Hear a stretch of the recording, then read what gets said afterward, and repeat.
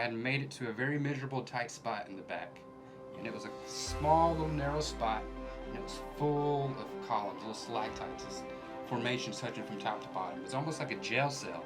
But over towards the wall was a cantaloupe-sized hole, small hole. And I looked in it, my hair blew back from all the wind coming in. Is your health thriving, or is it merely surviving? Welcome to Thriving with Chiropractic, where we unpack conditions and lifestyle challenges in order for you to be the best version of health you can possibly be. I'm your host, Dr. Mosier, and my beautiful co-host is my wife, Ellen. Join us on this journey to thrive. Hey folks, Dr. Mosier here, and I have with me Seth, the cave worm. It's so good to have you on the show, sir. Thank you, doctor. So, first off, what got you into caving? Well, I actually moved to the backyard of Mammoth Cave National Park. I moved to Horse Cave about 8 years ago. Of course, I was surrounded by caves and kind of intrigued me. So went around and asked around and figured somebody could take me caving. They just told me around somebody has to have some access. Yeah. Well, I actually had a kid take me into a cave that was very graffitied, very vandalized, and it kind of discouraged me for a little while because I realized how fragile that environment is. But it also kind of encouraged me as well because then I realized there's got to be some caves out there that wasn't so vandalized, something that was worth preserving.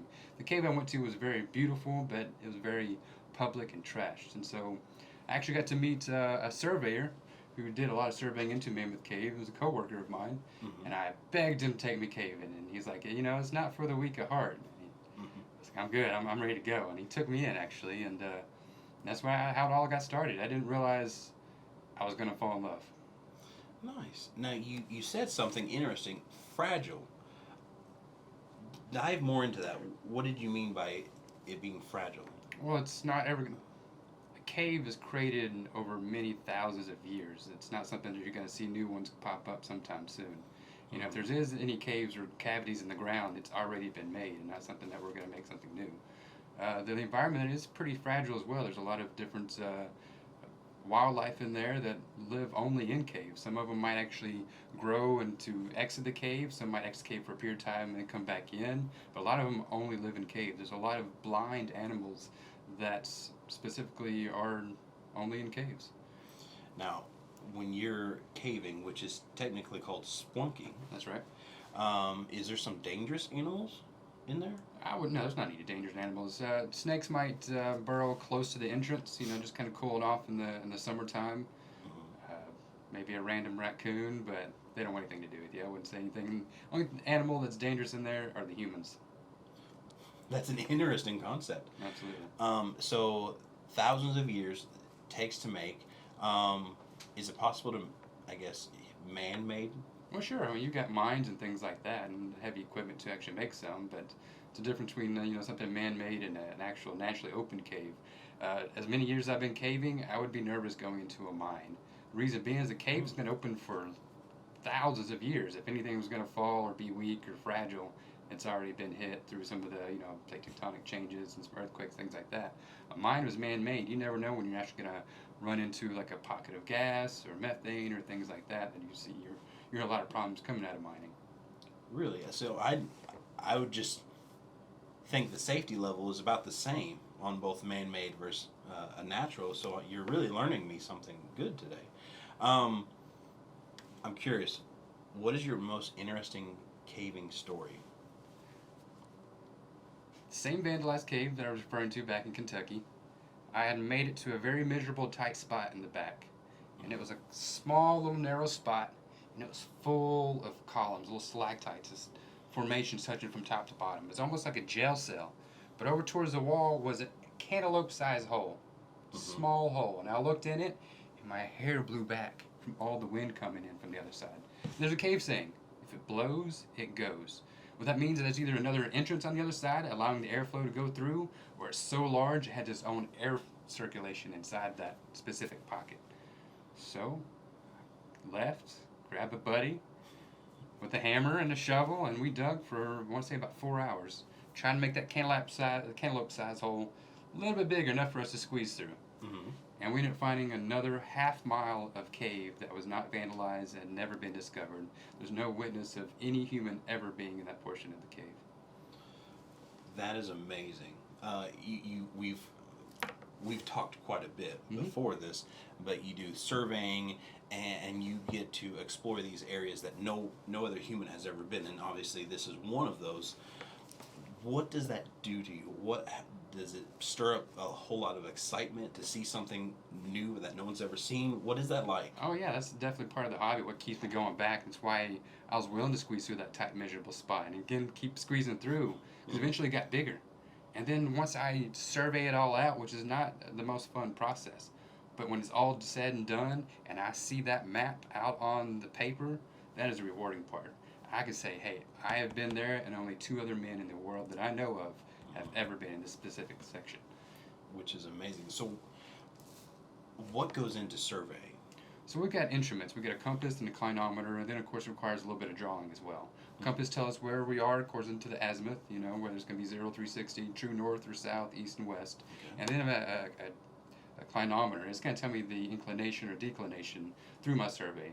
I have to do from a visual point to a visual point. So I'll actually, if it's from the tip of my hat to your coffee cup, I'll take my compass, try to line my compass over this visual point, which is a survey station, and read the numbers through my compass, tell me from 0 to 360 what angle from this point to your cup would be.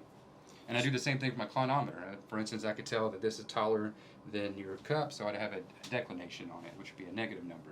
And that plays effect in the length between here as well, because that's another measurement that we do.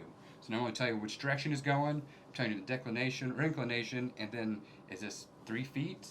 And the inclination declination would actually play effect in how much footage is in between.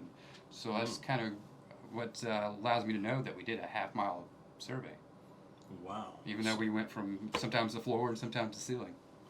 Which, it sounds to me like there's a lot of math involved. There's a little bit, yeah.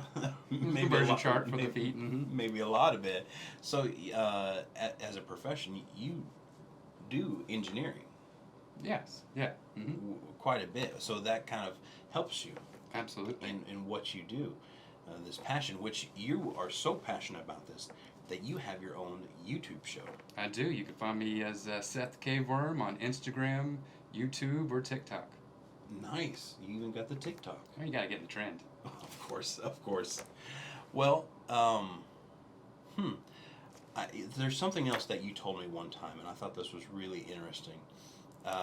There's a cave that you really want to explore, but you have to wait until it's really dry.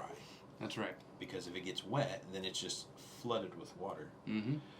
Would you ever go into a cave and have a scuba suit on and all that and go underwater into a cave? Would you ever do that? No. Why? So, some people might think that caving is pretty risky, that maybe I'm putting my life in danger, but I have calculated risk and I don't take major risk.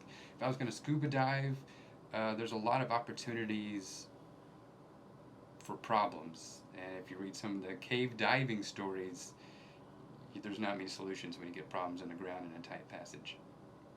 And you make a mistake and there's not much forgiveness. Makes sense. So you're just going to stick with the dry caves. I'll just stick with the dry caves, maybe swim a little bit, but not underwater. Nice. Well, another story that you told me in the office was how you were able to rappel, like, I think what it was, 140 feet that one day, which you have your massive rope, which this is surprisingly heavy. Yeah. I was like, oh wow, this is pretty intense, and the rope is really thick. So you rappelled, and we were really excited as a chiropractic office because you didn't have any back pain when you did this, which I thought was really exciting. So how has chiropractic helped you continue your passion? Well, if you watch some of my videos, you'll see that sometimes I have to contort myself. Sometimes I have to bend over and stay stooped over for a while. Sometimes I'm crawling literally on my side. Yeah. Sometimes I'm rappelling down 140 feet pit, which also means I have to climb back up 140 feet on the same rope. And as you can imagine, when I'm climbing up rope, I'm doing these numbers. Yes. And I'm constantly working my back, building my core, and working those muscles. So with that bending, especially in my lower back, I can tell a huge difference when I climbed up to 140 feet from the last time I did it. Sitting in a seat harness, alone is not very comfortable. Yeah. But then having to do all that motions through everything, I could tell from the last time I had to ascend, it was kind of painful sitting there in that seat harness, because you got to take breaks, and then you're just sitting there in the seat harness kind of dangling, you know. Yes. Yeah. And that put a little strain on my back. Yeah. Well, this time climbing up, I felt like I was pretty comfortable. I took several breaks. Of course, 140 feet, I was going to take breaks. That's a lot. That's Yeah. that's what, half a football field? It's 14 stories. Yes. Mhm. Yes. And I noticed your sleeves. Yes. Tell me about those. You're in your splunking gear. So I am. so what?